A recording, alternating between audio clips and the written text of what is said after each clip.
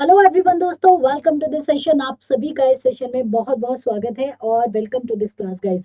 सभी लोगों को बहुत बहुत मतलब क्लास की शुभकामनाएं। चलिए स्टार्ट करते हैं।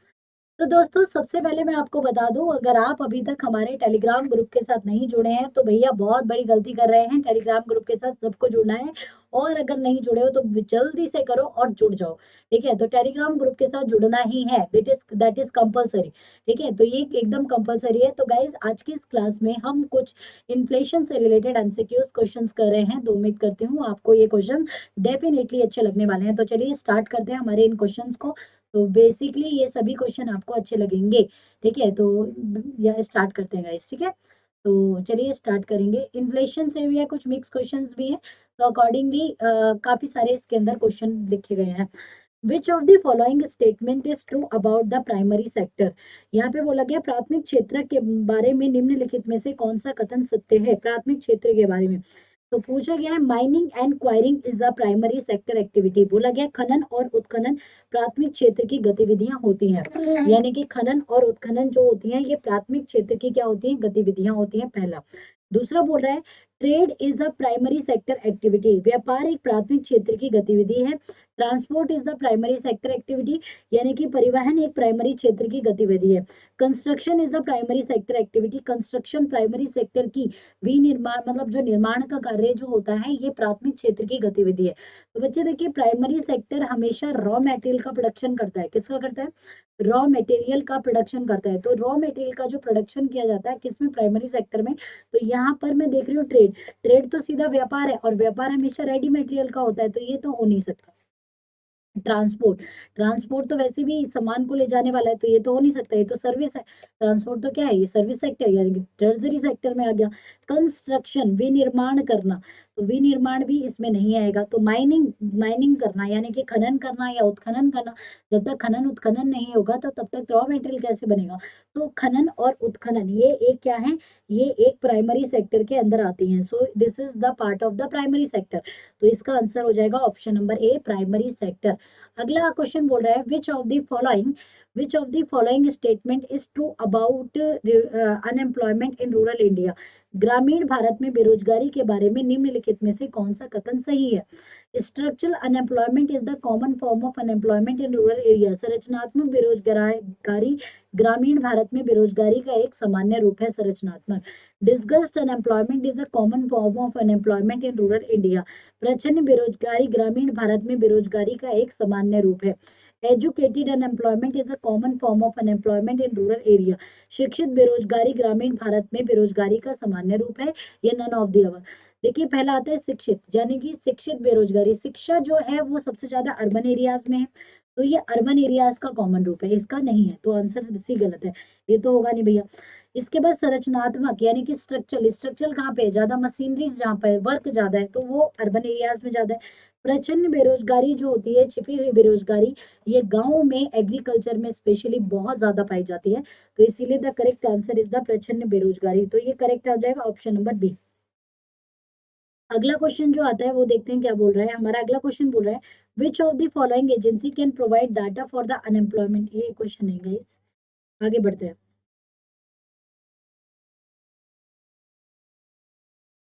Which of the following sector is true? An establishment that has four hired worker is known as the informal sector establishment. प्रतिष्ठान जिसमें चार काम कर रहे कर्मचारी होते हैं अनौपचारिक क्षेत्र के प्रतिष्ठान के रूप में माना जाता है। पहला। अगला आता है, an establishment that has four worker is known as formal sector establishment. एक प्रतिष्ठान प्रतिष्ठान जिसमें चार काम कर रहे कर्मचारी हैं औपचारिक क्षेत्र के रूप में माना जाता है। B A and B are correct, both B A and B are incorrect. तो बच्चे only B is the correct. Informal sector भी हो सकता नहीं। देखिए,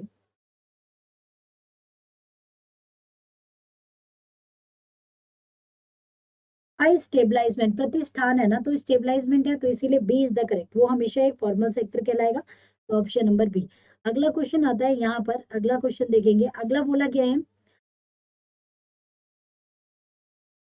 more labor in engage in the occupation that optimally required in India inflation is measured by, किसी व्यवसाय में अपेक्षा से अधिक श्रम लगा हुआ है, यानी कि यहाँ पे बोला गया है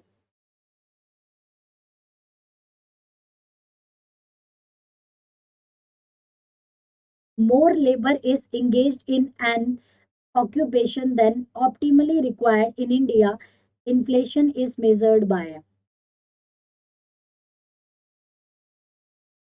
ठीक है, तो इन्फ्लेशन किस में मेजर्ड होगी?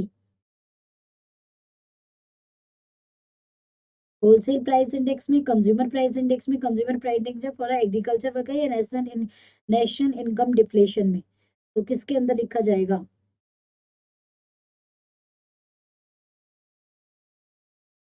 तो भाई देखिए, किसी व्यवसाय में अपेक्षा से अधिक मोर वर्कर्स हैं, ठीक है, तो वर्कर्स वगैरह जो आ जाएंगे बच्चे, वो कंज्यूमर प्राइस इंडेक्स में आएंगे, तो correct answer is C B. Okay, आगे बढ़ते हैं यहाँ पर। कंज्यूमर प्राइस इंडेक्स बहुत ज्यादा है इसको, तो ये क्वेश्चन भी स्किप करेंगे guys. Which of the following institution office bring out the wholesale price data in India? निम्नलिखित में से कौन सा संस्थान कार्यालय भारत में थोक मूल्य डेटा लाता है? तो the reserve bank of India, ministry of commerce and industry, ministry of finance, the ministry of consumer affairs and food food and public distribution, यानी कि उपभोक्ता मामले, खाद्य सार्वजनिक वितरण प्रणाली। तो यहाँ पर इसे वाणिज्यिक और उद्योग मंत्रालय, कॉमर्स एंड इंडस्ट्रीज के द्वारा निकाला जाता है, तो करेक्ट आंसर इज डी। अगला क्वेश्चन आ रहा है, the ministry of commerce and industry rise in a price of commodity mean. वाणिज्य खाद्य मंत्रालय किसी वस्तु की कीमत में वृद्धि का मतलब क्या होता है? Rise in the value of currency only, यहाँ पे बोला गया केवल मुद्रा की मूल्य में वृद्धि होगी।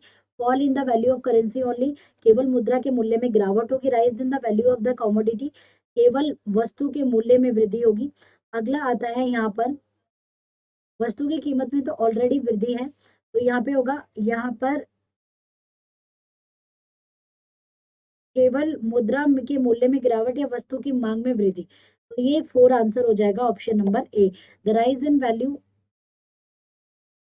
Of currency and rise in the fall in the currency, sorry rise नहीं, fall in the currency value, value कम हो जाएगी और डिमांड्स बढ़ जाएगी, तो इसके अकॉर्डिंगली जो क्वेश्चन हो जाएगा option number D is absolutely correct. So well guys, यहाँ तक आपको समझ आ गया होगा, तो उम्मीद करती हूँ ये सारी चीजें आपको डेफिनेटली समझ आ गई होंगी। तो गाइस, इस क्लास को हम यहाँ तक ही रखेंगे, नहीं, ये सारी चीजें आपको समझ आ गई होंगी, ठीक है, तो चलिए, तो ये सारी चीजें डेफिनेटली क्लियर हैं, ठीक है, क्लास ओवर करने की जल्दी ज्यादा बढ़ गई है, कोई बात नहीं। सो वेल गाइज, यहाँ तक क्लियर हो गया, तो चलिए मिलेंगे आपके साथ अब अगले क्वेश्चन में, तो चलिए स्टार्ट करते हैं। आज next question is, so guys, हमारा अगला जो सवाल है वो क्या बोल रहा है उसके बारे में देखेंगे कि नेक्स्ट क्वेश्चन है इसकी, हमारा अगला क्वेश्चन है, कंपेयर्ड इन्फ्लेशन विद रॉबर्स, यानी कि मुद्रास्फीति की तुलना लुटेरों के साथ किसने की है?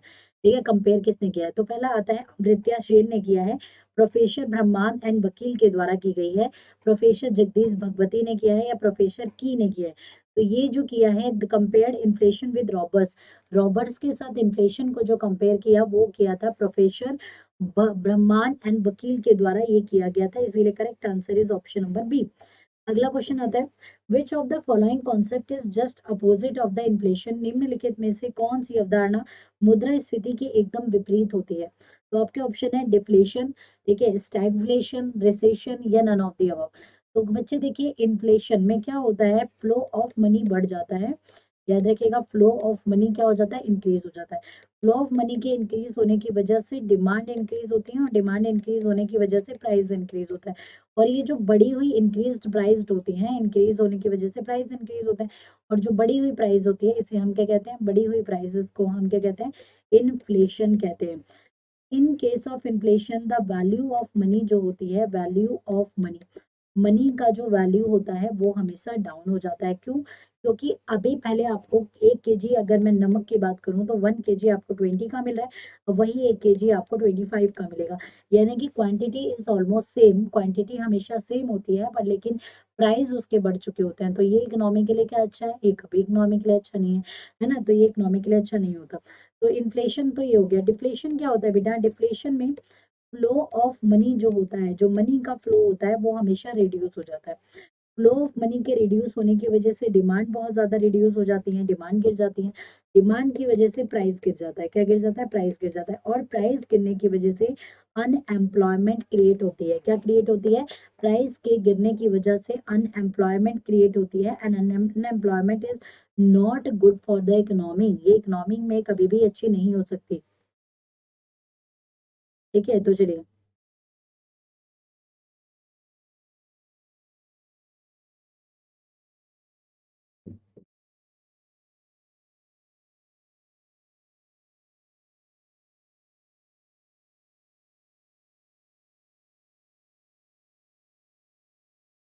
ओके गाइस, तो यहाँ तक क्लियर हो गया।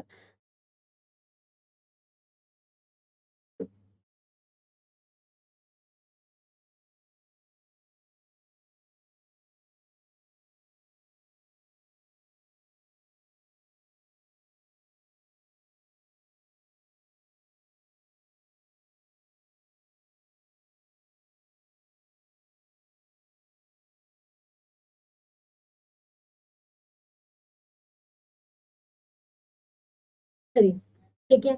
तो ये इकोनॉमी के लिए हमेशा क्या होता है? इकोनॉमी के लिए हमेशा कभी अच्छा नहीं होता। इकोनॉमी में यहाँ पे अच्छे बच्चे बताइए कि जो परचेजिंग पावर्स होती हैं, परचेजिंग पावर्स रिड्यूस होती हैं या बढ़ जाती हैं? परचेजिंग पावर हमेशा रिड्यूस हो जाती है, यानी कि परचेजिंग पावर बहुत ज्यादा आपकी कम होने लग जाती है। क्यों कम होने लग जाती है परचेजिंग पावर? ड्यू टू, अगर देखिए मैं परचेजिंग पावर की बात करती हूँ, तो परचेजिंग पावर इसलिए बहुत ज्यादा कम हो जाती है क्योंकि यहाँ पर लोगों के पास जो है खर्च करने के लिए पैसा अब नहीं होता है। इन केस ऑफ डिफ्लेशन, अगर परचेजिंग पावर डाउन हो जाती है तो लोगों की, अगर मान लीजिए परचेजिंग पावर डाउन हो जाएंगी तो ऑब्वियसली बात है चीजों को बाय वो बहुत ज्यादा कम करेंगे, लेस बाय करेंगे। लेस बाय जब वो करने लग जाते हैं तो लोगों के पास पैसा तो क्योंकि है नहीं, बहुत ज्यादा लेस बाइंग थिंग्स कर रहे हैं, यानी कि उन्हें कम बाय कर रहे हैं, उसकी वजह से कंपनीज को लॉस होता है और बहुत ज्यादा कंपनी शट डाउन की सिचुएशन पे आ जाती है।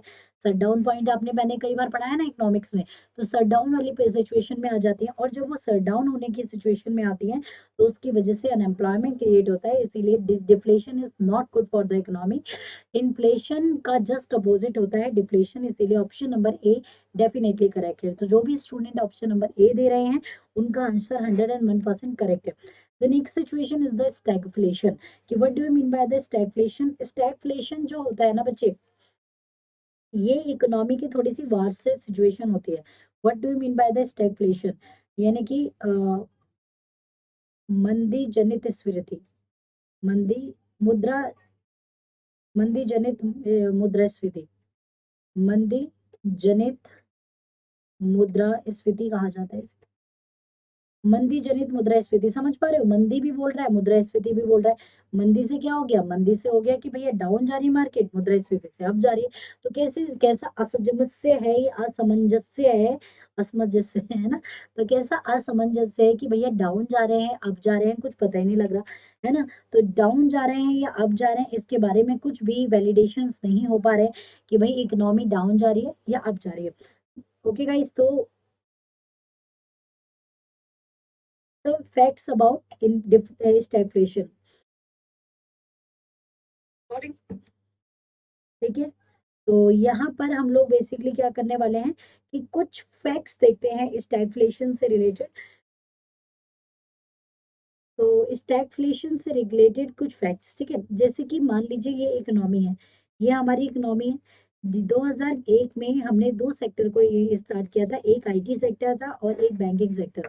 आईटी सेक्टर कंटिन्यूअसली वर्क करने लग गया, बल्कि बैंकिंग सेक्टर वहीं पर जुड़ा हुआ है। ठीक है, बैंकिंग सेक्टर में मतलब ग्रोथ नहीं हो रही है या फिर एक रुक गया है बैंकिंग सेक्टर, पर आईटी सेक्टर वो कंटिन्यूअसली क्या कर रहा है? ग्रोथ कर रहा है। तो यू कैन से कि एक सेक्टर ग्रोथ कर रहा है और दूसरा सेक्टर स्टैग हो गया है। तो जहां पर एक सेक्टर क्या करता है? ग्रोथ करता है, वहीं पे दूसरा सेक्टर क्या होता है? स्टैग हो जाता है। ठीक है, तो एक सेक्टर ग्रोथ करता है, एक सेक्टर स्टैग हो जाता है। तो बेसिकली ये वाली जो सिचुएशन बैठती है ना, यहाँ पर क्या है? ये वाली सिचुएशन जो बैठती है, ये ये जो गैप आप देख रहे हैं, दैट इज द स्टैगफ्लेशन। ये गैप क्यों क्रिएट हुआ? हो सकता है कि ये कब होता है? जब लेस टेक्नोलॉजी, टेक्नोलॉजी की बहुत ज्यादा कमी आई है। चलिए आप भी मुझे बताइए, टेक्नोलॉजी, आप बताइए कि क्यों होता होगा? टेक्नोलॉजी की कमी रही होगी। ठीक है, लेस प्रोडक्टिविटी, प्रोडक्टिविटी कम रही होगी, प्रोडक्टिविटी। ठीक है, ठीक है। Less utilization of resources, yes, less utilization of resources, less utilization of resources का मतलब क्या हो गया, संसाधनों का अपूर्ण प्रयोग किया होगा। ठीक है, तभी तो ये सब काम होते हैं, संसाधनों के अपूर्ण प्रयोग, मतलब जितने हमें संसाधन दिए गए हैं उतने हम यूज नहीं कर पा रहे, तो संसाधनों का अपूर्ण प्रयोग किया गया होगा। लेस टेक्नोलॉजी हो सकती है, लेस प्रोडक्टिविटी हो सकती है, लेस यूटिलाइजेशन हो सकता है, यानी कि संसाधनों का अपूर्ण प्रयोग। उसी के साथ साथ याद रखिएगा, ठीक है, तो ये काम बेसिकली हो सकते हैं। तो गाइस एक छोटी सी गलती हो गई है, इसको यहाँ लिखते हैं। ओके चलिए, तो ये मान लीजिए हम बात कर रहे हैं स्टैगफ्लेशन की। हम जब बात करेंगे स्टैगफ्लेशन की, तो स्टैगफ्लेशन में क्या होता है कि मान लीजिए इकोनॉमी है, एक इकोनॉमी ग्रो कर रही है और वहीं पे दूसरी इकोनॉमी हमारी स्टैग हो चुकी है, पूरा ही मिट गया।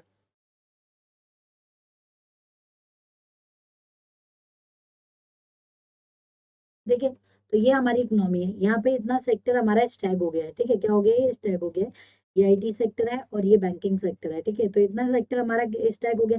क्या रीजन रहे होंगे, तो सबसे पहला रीजन तो यही है कि तकनीकी की कमी रही होगी, टेक्नोलॉजी, टेक्नोलॉजी, तो तकनीकी की बहुत ज्यादा कमी रही होगी। दूसरा रीजन क्या हो सकता है कि लेस प्रोडक्टिविटी, प्रोडक्टिविटी ढंग से नहीं हुई है। ठीक है, प्रोडक्टिविटी, संसाधनों का उचित प्रयोग नहीं हुआ होगा, मतलब संसाधनों का अपूर्ण प्रयोग। हो सकता है कि संसाधनों का क्या हुआ, अपूर्ण प्रयोग हुआ, यानी कि जितने हमें रिसोर्सेज दिए गए हैं हमने उतने रिसोर्सेज को प्रयोग ढंग से नहीं किया, तो संसाधनों का अपूर्ण प्रयोग हो सकता है।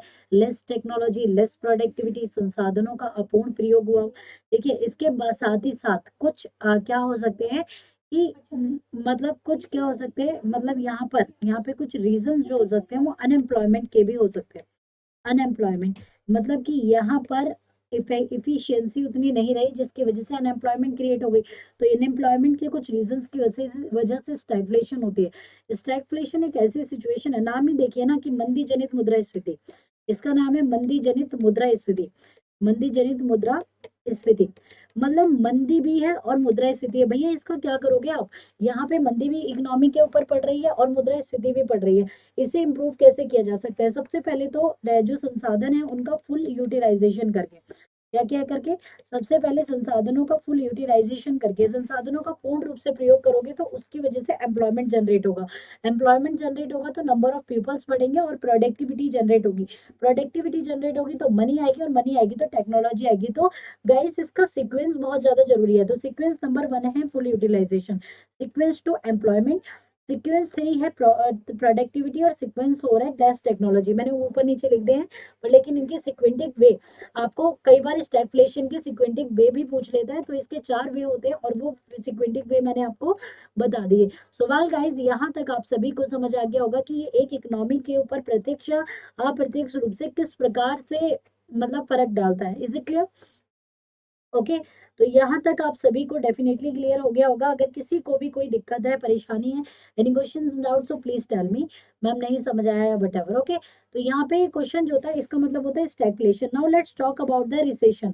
हम लोग बात करेंगे व्हाट इज द रिसेशन, कि रिसेशन क्या होता है। रिसेशन की जब बात की जा रही है ना बेटा, रिसेशन का मतलब होता है मंदी। रिसेशन का मतलब क्या होता है, मंदी। मंदी आप सभी को पता है, मैंने कई बार एलिब्रेट भी किया है कि मंदी को किस प्रकार से, when the demand of the product continuously 2 quarter और more than 2 quarter, that is called the recession. मतलब जब किसी भी वस्तु की जो मांग होती है वो कंटिन्यूअसली 2 क्वार्टर, 2 क्वार्टर, एक क्वार्टर 3 महीने का होता है, 2 क्वार्टर 6 महीने के हो गए। तो when the price of the product, ठीक है, when the demand of the product continuously decline 2 quarter और more than 2 quarter, that is called recession. इसे हम क्या कहते हैं, बेसिकली रिसेशन कहते हैं, जब किसी भी प्रोडक्ट के जो होते हैं 2 क्वार्टर या 2 क्वार्टर से ज्यादा कंटिन्यूअसली डिक्लाइन करने लग जाए। अब भाई जब डिक्लाइन करते हैं तो इसके भी कुछ रीजंस होते हैं। ठीक है, कि मतलब रीजंस, इसके भी तो कुछ रीजंस होते होंगे ना, तो चलिए आप ही बताइए। देखिए कि रीजंस बिहाइंड रिसेशन, तो यहाँ पर क्या क्या रीजंस हो सकते हैं रिसेशन के। तो बहुत सारे रीजंस होते हैं, आप रीजन सुन के चौंक जाएंगे। तो पहला रीजन जो होता है वो होता है लॉस ऑफ कंज्यूमर्स कॉन्फिडेंस। ठीक है,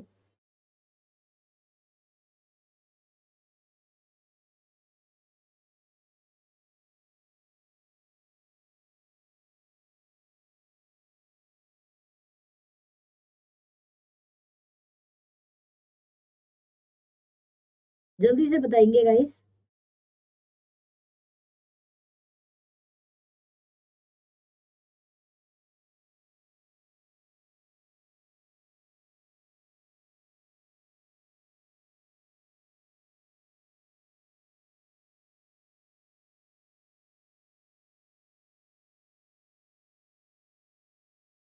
ओके गाइस, तो यहाँ पर लॉस कंज्यूमर्स कॉन्फिडेंस पहला इसका जो सरकमफ्रेंस आता है, ये मैंने आपको सरकमफ्रेंसेस नहीं कभी पढ़ाया है, इसीलिए आज मैंने ये टॉपिक लिया है। लॉस कंज्यूमर्स कॉन्फिडेंस, यानी कि ये इनके कॉन्फिडेंस, मैं क्या कर रही हूँ, कॉन्फिडेंस, ठीक है। Loss consumers confidence, loss consumers confidence का मतलब ये होता है कि जो कंज्यूमर का एक इंटरनल कॉन्फिडेंस होता है उसको कम कर देता है। अगर हम ये मान लें कि अब रिसेशन हो गई है, तो हम ऑलरेडी चीजों को बाइंग करना खत्म कर देते हैं। और अगर हम क्या करते हैं, अगर हम ये मान भी लेते हैं, तो उसकी वजह से देश में एम्प्लॉयमेंट की कमी हो जाती है। किसकी कमी हो जाती है? एम्प्लॉयमेंट की। तो ये हमेशा कंज्यूमर्स, कई बार क्या होता है, रिसेशन नहीं हुई होती है, पर हमें लगता है क्योंकि रिसेशन होने वाली है या हो चुकी है, तो हम चीजों को खरीदना कम कर देते हैं, ठीक है। तो ये यहाँ तक की सिचुएशन होती है, पॉजिटिव सिचुएशन होती है वैसे तो इकोनॉमी के लिए, पर इकोनॉमी यहाँ तक लेट करती है, इसमें यहाँ तक शून्य तक ये लेट करेगी इकोनॉमी। हमेशा याद रखिएगा, इकोनॉमी हमेशा शून्य तक इस चीज को लाइट करती है। तो लेस कंज्यूमर्स कॉन्फिडेंस, कंज्यूमर्स का जो कॉन्फिडेंस होता है वो काफी ज्यादा लेस हो जाता है। एंड इसी कंडीशन में मतलब हाई हो जाता है क्या, हाई हो जाता है अनएम्प्लॉयमेंट रेट। तो अनएम्प्लॉयमेंट का जो रेट होता है वो इस सिचुएशन में हाई हो जाएगा, याद रखिएगा, हाई हो जाएगा, ठीक है। तो ये बात आप याद रखिएगा।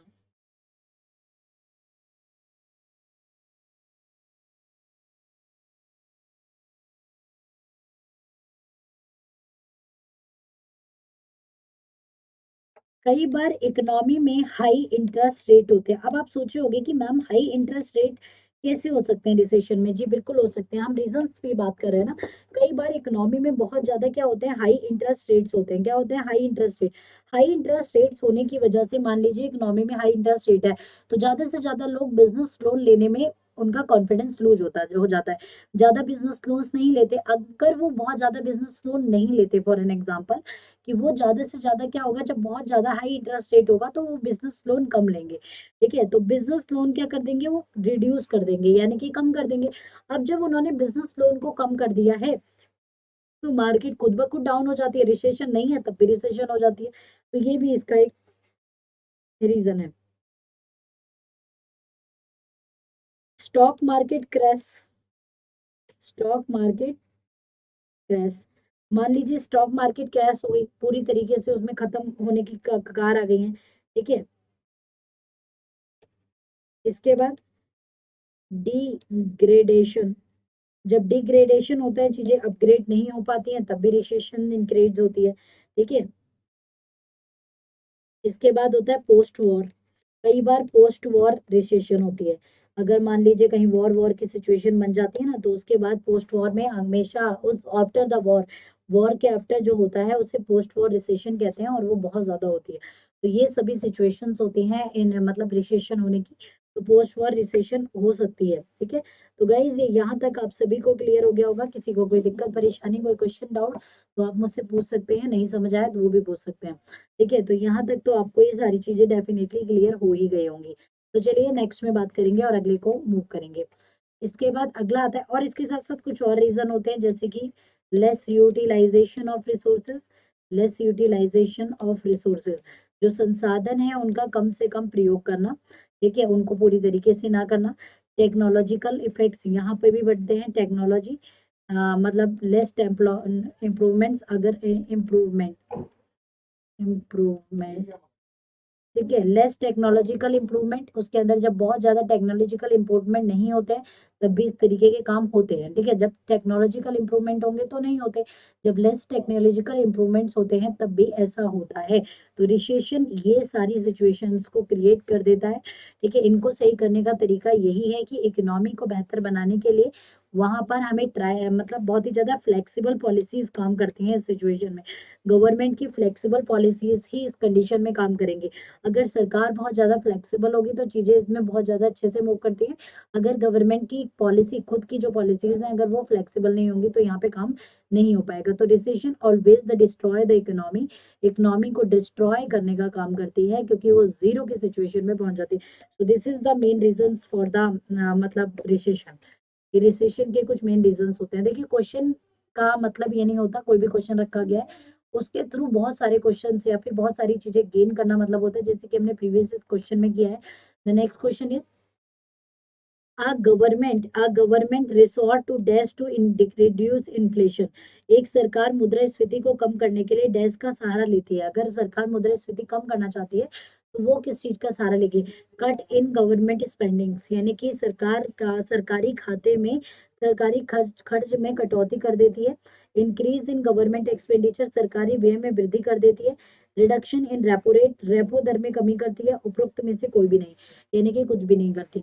तो बच्चे देखिए, यहाँ पर अगर हम बात कर रहे हैं किसकी, इसकी बात बेसिकली कर रहे हैं, a government resort to reduce inflation. अगर इन्फ्लेशन की जब हम बात कर रहे हैं कि इन्फ्लेशन को मतलब रिड्यूस करने की बात कर रहे हैं, तो cuts in government spending, increase in government spendings, reduction in the repo rate, या नन ऑफ द अबव। तो यहाँ पे आता है cuts in government expenditures, government spendings यानी कि सरकारी खर्चे में कमी करी जाएगी, मार्केट में पैसा कम रिड्यूस किया जाएगा, तो उस कंडीशन में इन्फ्लेशन को कम किया जा सकता है। इंक्रीज इन गवर्नमेंट एक्सपेंडिचर, अगर गवर्नमेंट एक्सपेंडिचर यानी कि खर्चा व्यय बढ़ेगा तो मार्केट में पैसा आएगा। देखिए, मार्केट में क्या आएगा? पैसा आएगा, और जब मार्केट में पैसा आएगा तो इकोनॉमी को डिस्ट्रॉय करता है। रिडक्शन इन रेपो रेट, यानी कि रिडक्शन इन रेपो रेट का मतलब क्या होता है? रिडक्शन इन रेपो रेट का मतलब ये होता है, रेपो दर क्या होती है बच्चे, आप सभी जानते होंगे, और जो नहीं जानते मेरे को एक्चुअली स्टार्टिंग से ही बतानी पड़ती हैं चीजें, क्योंकि जरूरी नहीं हमारे सारे स्टूडेंट जानते हो। तो रेपो रेट क्या होता है? देखिए, जो भी कमर्शियल बैंक्स होती है ना, उन्हें कभी ना कभी तो फंड की जरूरत पड़ती है। देखिए, पैसे की जरूरत पड़ती है, फंड की जब उन्हें जरूरत पड़ती है तो वो किससे मांगती है? आरबीआई से, रिजर्व बैंक ऑफ इंडिया से। आरबीआई उन्हें पैसा देता है। आरबीआई क्या कहता है? उन्हें उन्हें पैसा देगा, पर उसके बदले में वो क्या चार्ज करता है? इंटरेस्ट चार्ज करता है। देखिए, जो भी कमर्शियल बैंक्स होती है, आप होते हैं, हम होते हैं, सब लोगों को कभी ना कभी पैसे की जरूरत पड़ती है। अब जब उसे पैसे की जरूरत पड़ती है तो किससे मांगेगी? अपना सीआरआर किसके पास दे रही है? हर रोज अपना सीआरआर दे रही है, किसको? आरबीआई को, रिजर्व बैंक ऑफ इंडिया को। पता है ना, सीआरआर एवरी डे मेंटेन किया जाता है, ईच एंड एवरी डे, और इन फॉर्म ऑफ कैश, ये कैश के फॉर्म में किया जाता है। तो हर रोज अपना सीआरआर इसको दे रही है, तो जब पैसे की जरूरत होगी तो पड़ोसी के पास थोड़ी जाएगी, तो वो पड़ोसी के पास भी पड़ जाती है कई बार। ठीक है, क्योंकि कोई भी कमर्शियल बैंक अपना ज्यादा रिकॉर्ड ब्रेक नहीं कराना चाहती है। ठीक है, वो हमेशा गुड लुक्स में बनी रहती है किसके सामने?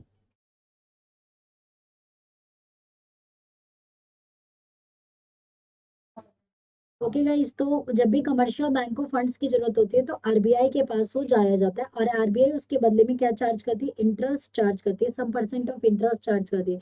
और जितने परसेंट आरबीआई इंटरेस्ट चार्ज करती है उस रेट को हम रेपो रेट कहते हैं। क्या कहते हैं उस रेट को? Repo rate.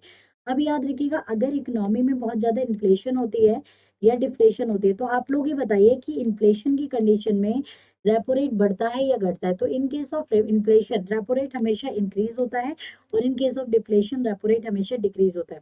क्यों? क्योंकि देखिए, लोगों के पास ऑलरेडी बहुत पैसा है इन्फ्लेशन की सिचुएशन में। अगर रेपो रेट के थ्रू, अगर रेपो रेट कम होगा तो कमर्शियल बैंक ज्यादा लोन लेगी, अगर ये खुद ज्यादा लोन लेगी तो ये लैंडिंग बहुत ज्यादा कराएगी। क्या कराएगी? लैंडिंग।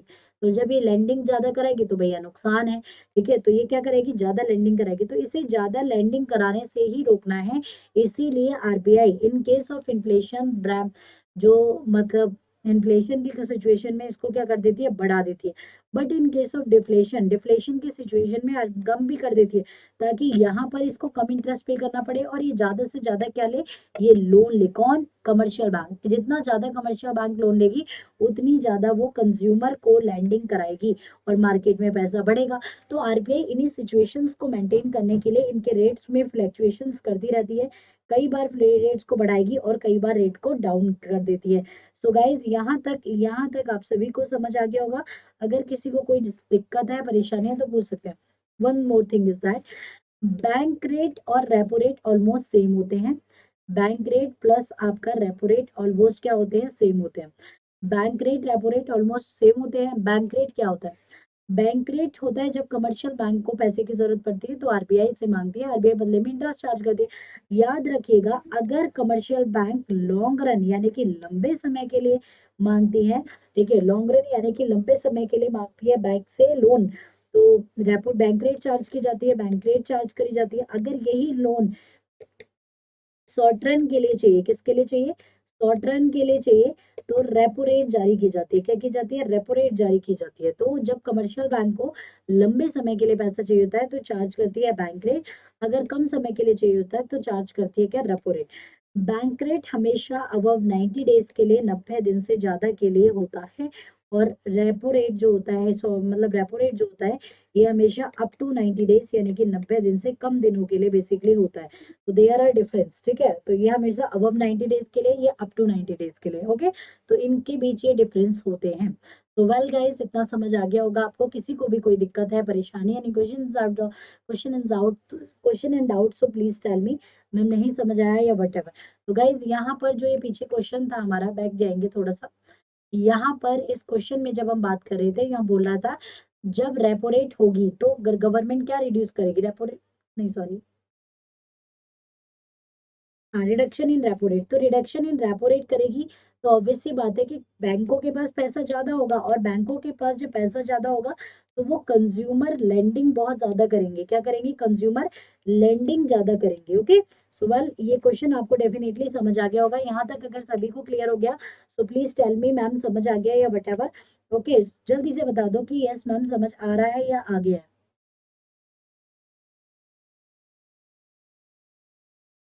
चलिए, ओके गाइस, तो चलिए थोड़ा सा अब आगे बढ़ते हैं और आगे की चीजों को देखेंगे।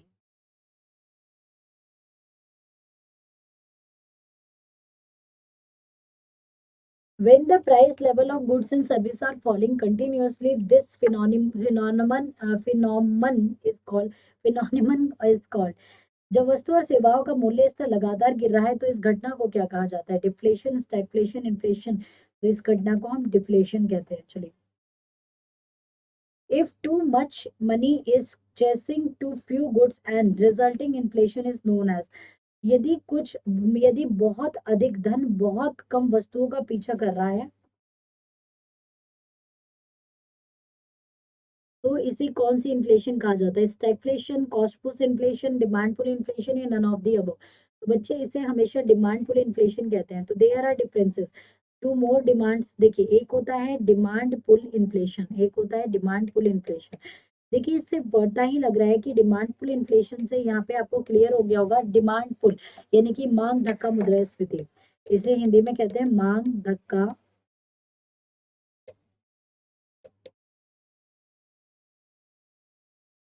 यहाँ आप क्लियरली दिख रहा होगा कि डिमांड पुल इन्फ्लेशन, मांग धक्का मुद्रास्फीति। मांग धक्का धक्का मांग धक्का मुद्रास्फीति बेसिकली क्या हो, मांग धक्का मुद्रास्फीति का मतलब ये हो गया, यहाँ पे याद रखिएगा कि डिमांड पुल इन्फ्लेशन, मांग धक्का मतलब कि धक्का मारा गया है, यानी कि मांग को इफेक्ट किया गया है, ठीक है। तो इसे मांग धक्का मुद्रास्फीति के नाम से भी जाना जाता है। तो डिमांड पुल इन्फ्लेशन क्या है कि यहाँ पर मान लीजिए कोई भी पर्टिकुलर चीज है, मान लीजिए मोबाइल फोन्स, कोई कंपनी ने कुछ 100 मोबाइल फोन बनाए, कितने, 100 मोबाइल फोन बनाए, उस कंपनी ने कुल कितने, 100 मोबाइल फोन बनाए। जिस 100 मोबाइल फोनों की जो प्राइस रखी गई है इन 100 पर पीस की जो प्राइस है वो 20,000 है, ठीक है। 20,000 पर पीस प्राइस रखी गई है, ठीक है। तो 20,000 पर पीस क्या रखी गई है, प्राइस रखी गई है। पर लेकिन जब इस मार्केट में इसका एडवर्टाइजमेंट हुआ, जब तो मार्केट में धूम ही मच गई, यानी कि बूम हो गई मार्केट में, ठीक है, बूम मच गई मार्केट में। यहाँ पर देखा गया तो कई बार होता है ना, शेयर्स वगैरह के लिए कंपनी कम अलॉट करती है, पर लेकिन एप्लीकेशन बहुत ज्यादा आ जाती हैं। तो वो उस कंडीशन में भी कई बार ये होता है, तो एप्लीकेशन ज्यादा आने से भी प्राइसेस इंक्रीज हो जाता है। तो यहाँ पर जो देखिए 100 पीसेस है, डिमांड 150 की आ रही है। तो भैया यहाँ पर अब ये मोबाइल तो बहुत डिमांडिंग है ना, तो कंपनी क्या करेगी, इन 100 पीसेस के लिए इसकी कीमत 25,000 कर देगी। 5,000 उसने डिमांड को देखते हुए बढ़ा दिया। तो ये जो 5,000 जो इंक्रीज हुआ है, ये इस डिमांड को देखते हुए है, that is called the demand pull inflation, यानी कि मांग धक्का मुद्रास्फीति। मांग धक्का मुद्रास्फीति जब क्रिएट होती है मेरे प्यारे बच्चे, जब यहाँ पर बहुत ज्यादा डिमांड पुश करती है, यानी कि डिमांड जब बहुत तेजी के साथ पुश करेगी तो मांग धक्का मुद्रास्फीति होने की संपूर्ण संभावना होती है, और वही होता भी है। Is it clear to everyone? तो यहाँ तक आप सभी को ये सारी बातें समझ आ गई होंगी। अभी भी किसी को कोई दिक्कत है, कोई डाउट्स, क्वेरीज, तो प्लीज टेल मी कि मैम नहीं समझ आया है, वट एवर। ओके, तो यहाँ तक आप सभी का ये डेफिनेटली क्लियर हो गया होगा। तो चलिए आगे बढ़ते हैं। ओके फाइन गाइस, तो यहाँ तक आप सभी ने कर लिया होगा, आगे बढ़ेंगे।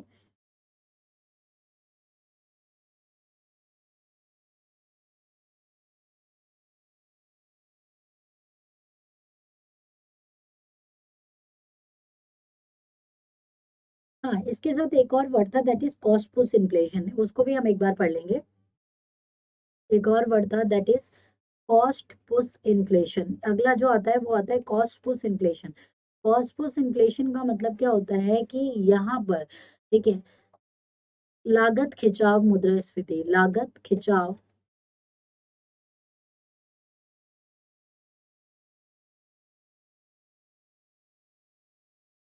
कॉस्ट पुश इन्फ्लेशन यानी कि लागत खिंचाव मुद्रास्फीति। लागत खिंचाव मुद्रास्फीति का मतलब क्या होता है? लागत खिंचाव मुद्रास्फीति का मतलब होता है, ये मान लीजिए फॉर एन एग्जाम्पल क्या ले बताओ। हम्म मस्टर्ड। मस्टर्ड से क्या बनता है बेटा? मस्टर्ड से बनता है ऑयल। कौन सा? मस्टर्ड ऑयल, ठीक है। Mustard is the raw material, ये क्या है? एक रॉ मटेरियल है, ठीक है। Mustard is a raw material, mustard एक रॉ मटेरियल है। ऑयल क्या है? This is a ready material. ये क्या है? ये एक रेडी मटेरियल है, ओके। तो मस्टर्ड से क्या बनता है? ऑयल बनता है, ठीक है। तो mustard is a raw material और this is a ready material, ये क्या है? एक रेडी मटेरियल है।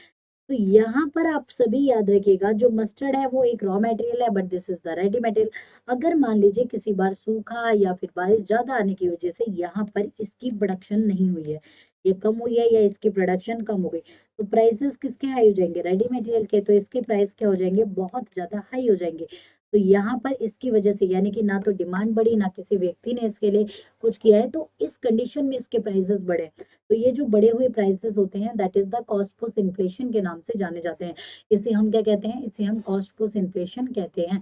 सो वेल गाइस, यहाँ तक आप सभी को समझ आ गया होगा। किसी को कोई दिक्कत परेशानी यानी क्वेश्चन डाउट, तो प्लीज टेल मी कि मैम नहीं समझ आया या वट एवर। ओके, तो यहाँ तक तो आप सभी को समझ आ ही गया होगा। तो इतना गाइस क्लियर हो गया है, सबको परेशानी किसी को नहीं होगी, जहां तक मैं उम्मीद लगा पा रही हूँ। तो कॉस्ट पुश इन्फ्लेशन क्या होती है इसकी हम ऑलरेडी बात कर चुके हैं, that is the cost push inflation, ठीक है। तो यहाँ पर और क्या रीजंस हो सकते हैं?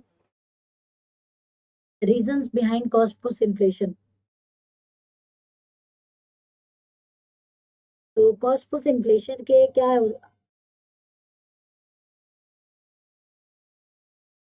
हायर, मतलब भाई यही होता है कि इसकी जो सप्लाई है, इसकी जो सप्लाई है वो बहुत ज्यादा डिक्रीज हो जाती है। सप्लाई में बहुत ज्यादा डिक्रीजेशन होने की वजह से कॉस्ट पुश इन्फ्लेशन होती है, ठीक है। यही इसका मेन रीजन है। अगला आगे बढ़ते हैं।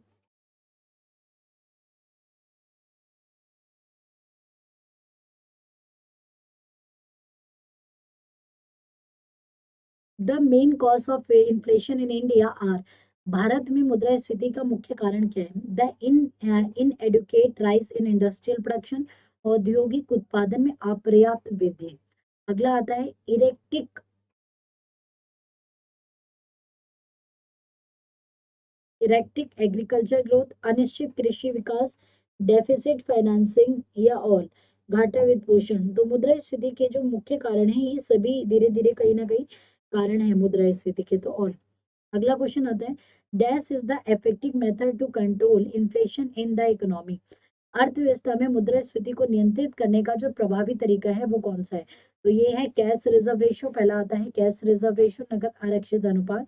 दूसरा आता है selective control of the capital, credit का चयनात्मक नियंत्रण, बैंक रेट पॉलिसी यानी कि बैंक दर नीति, या निम्नलिखित में से कोई नहीं। अर्थव्यवस्था में मुद्रास्फीति को नियंत्रित करने का एक प्रभावी तरीका, जो प्रभावी तरीका सबसे ज्यादा माना जाता है वो कैश रिजर्व रेशियो माना जाता है, बिकॉज इट कंट्रोल डायरेक्टली, ये डायरेक्टली कंट्रोल किया जाता है। इसमें इंटरेस्ट इंटरेस्ट का कुछ नहीं होता है। सीआरआर सीधा बढ़ा दो, और कमर्शियल अगर मान लीजिए सीआरआर बढ़ा दिया तो कमर्शियल बैंकों को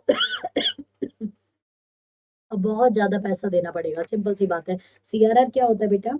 हर एक बैंक अपने पास मेंटेन करती है एनडीटीएल, क्या मेंटेन करती है? एनडीटीएल। इसको भी पीछे जाके समझाएंगे। हर एक कमर्शियल बैंक अपने पास मेंटेन करती है एनडीटीएल। एनडीटीएल की फुल फॉर्म होती है net demand and time liability. Net demand and time liability. तो ये एनडीटीएल क्या करती है, मेंटेन करती है। हर एक कमर्शियल बैंक अपना क्या मेंटेन करती है, NDTL, net demand and time liability को मेंटेन करती है, यानी कि एनडीटीएल मेंटेन करती है। अब जब कमर्शियल बैंक एनडीटीएल मेंटेन करती है तो एनडीटीएल का मतलब होता है कि उसके पास कितना पैसा डिपॉजिट हुआ है, कितना पैसा क्या हुआ है, डिपॉजिट हुआ है, उसमें कितना पैसा पैसा विड्रॉल हुआ है। तो कितना पैसा उसमें से डिपॉजिट हुआ है और कितना पैसा विड्रॉल हुआ है, यानी कि जमा कितना हुआ है और निकाला कितना गया। इनके बीच का जो एक्सेस बैलेंस होता है, क्या होता है, इसके बीच का जो बैलेंस होता है वो हमारा क्या कहलाता है, एनडीटीएल कहलाता है। जो बैलेंस होता है वो बेसिकली क्या कहलाता है, एनडीटीएल कहलाता है। एनडीटीएल में क्या होता है, हर कमर्शियल बैंक को, जितने भी कमर्शियल बैंक होते हैं, हर कमर्शियल बैंक को अपनी इस एनडीटीएल का, यानी कि दिस एनडीटीएल का सर्टेन परसेंट ऑफ मनी, यानी कि certain percent of money reserve के रूप में रखा जाता है। रिजर्व के रूप में रखना पड़ता है किसके पास, आरबीआई के पास, रिजर्व बैंक ऑफ इंडिया के पास, यानी कि आरबीआई के पास रिजर्व के रूप में रखती है। और जितने परसेंट आरबीआई के पास, आरबीआई अपने पास रिजर्व के रूप में मतलब रखवाती है, sorry, her commercial bank certain percent of money RBI के पास रिजर्व के रूप में रखती है। और जितने परसेंट रिजर्व के रूप में रखती है उसे सीआरआर कहते हैं। CRR each and every day maintain किया जाता है। और ये इन केस ऑफ क्या किया जाता है, इन केस ऑफ इन्फ्लेशन हमेशा बढ़ा दिया जाता है, यानी कि आरबीआई ज्यादा पैसा लेती है, इन केस ऑफ डिफ्लेशन कम कर दिया जाता है। तो ये कि कह सकते हैं कि इसे डायरेक्टली कंट्रोल कर लेती है। याद रखिएगा ये सिर्फ कैश फॉर्म में ही जाता है, ठीक है। तो ये एक बहुत ही ज्यादा इफेक्टिव टूल होता है, बहुत ही ज्यादा इफेक्टिव टूल माना जाता है किसको, इन्फ्लेशन को कंट्रोल करने के लिए।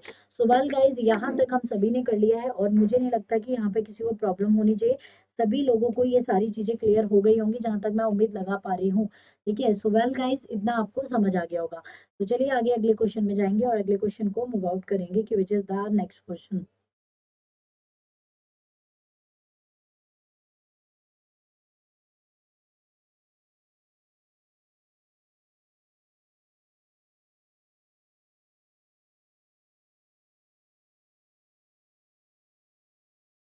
इन्फ्लेशन मेजर्ड बाय, हम इन्फ्लेशन को कैसे निकाल सकते हैं।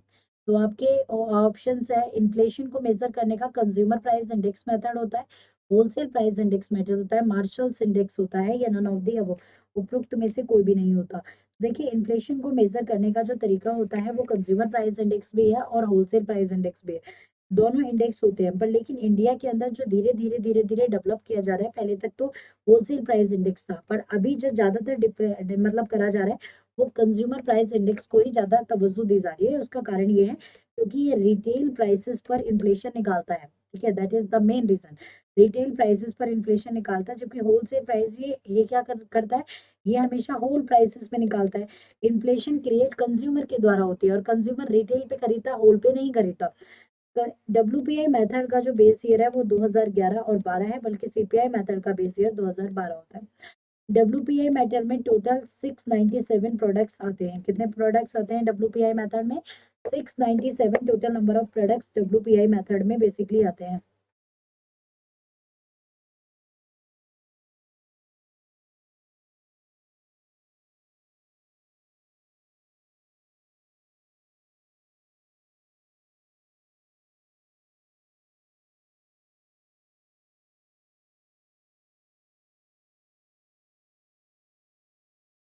ओके गाइस, तो टोटल 697 आते हैं, जरा इसको भी एक बार देखेंगे पीछे जाके।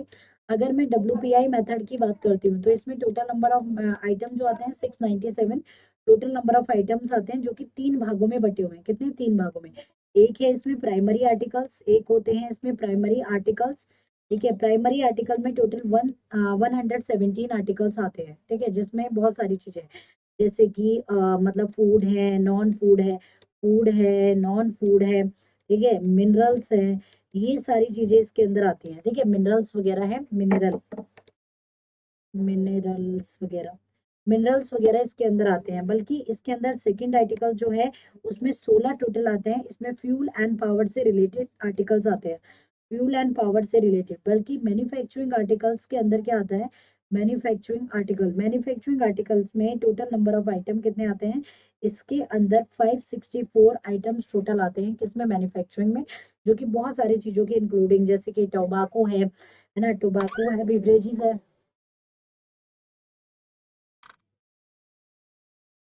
बेवरेजेस हैं, टोबाको है, ठीक है, तो बेवरेजेस है, टोबाको है, ठीक है, तो ये सारी चीजें इसके अंदर आती हैं। वुड है ना, तो वुड आर्टिकल्स वगैरह, तो ये सारे आर्टिकल्स इसके अंदर आएंगे। तो WPI मेथड इसके अंदर इतनी सारी चीजें दी गई हैं। बल्कि now let's talk about the CPI method. CPI में, और हाँ याद रखिएगा, WPI मेथड हमारी इकोनॉमी में प्राइमरी आर्टिकल 20.22.62% वेटेज रखते हैं अपने इन्फ्लेशन की 22.62 वेटेज रखते हैं, बल्कि ये 13.15 वेटेज रखते हैं, ठीक है, 13.15 वेटेज ये रखते हैं।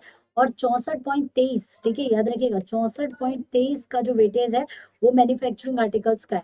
यानी कि ये इन्फ्लेशन पे इतना इतना वेटेज रखते हैं, ये वाला इतना रखता है, ये इतना रखता है, और ये इतना रखता है, ठीक है, ये बात याद रखिएगा। इसके बाद एक बार बात करते हैं CPI मेथड की।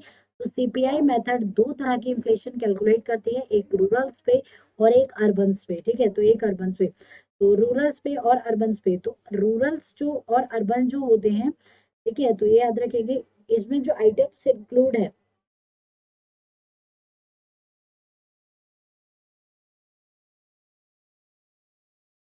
448 अर्बन रूरल में है और 460 अर्बन में, इन्फ्लेशन निकालने का काम करते हैं। यानी कि total number of item rural में 448 और अर्बन में 460 होते हैं। इसकी खासियत ये होती है, ये प्रोडक्ट्स के साथ सर्विसेज पे भी इन्फ्लेशन निकालती है। So well guys, I hope आपको ये बात सारी समझ आ गई होगी, किसी को कोई दिक्कत परेशानी यानी क्वेश्चंस एंड डाउट्स नहीं होंगे। तो गाइस, इस क्लास को हम यहीं तक रखेंगे और मिलेंगे आपके साथ अगली क्लास में। जब तक के लिए टेक केयर, अपना ध्यान रखिएगा। With lots of love and care. Thank you so much guys.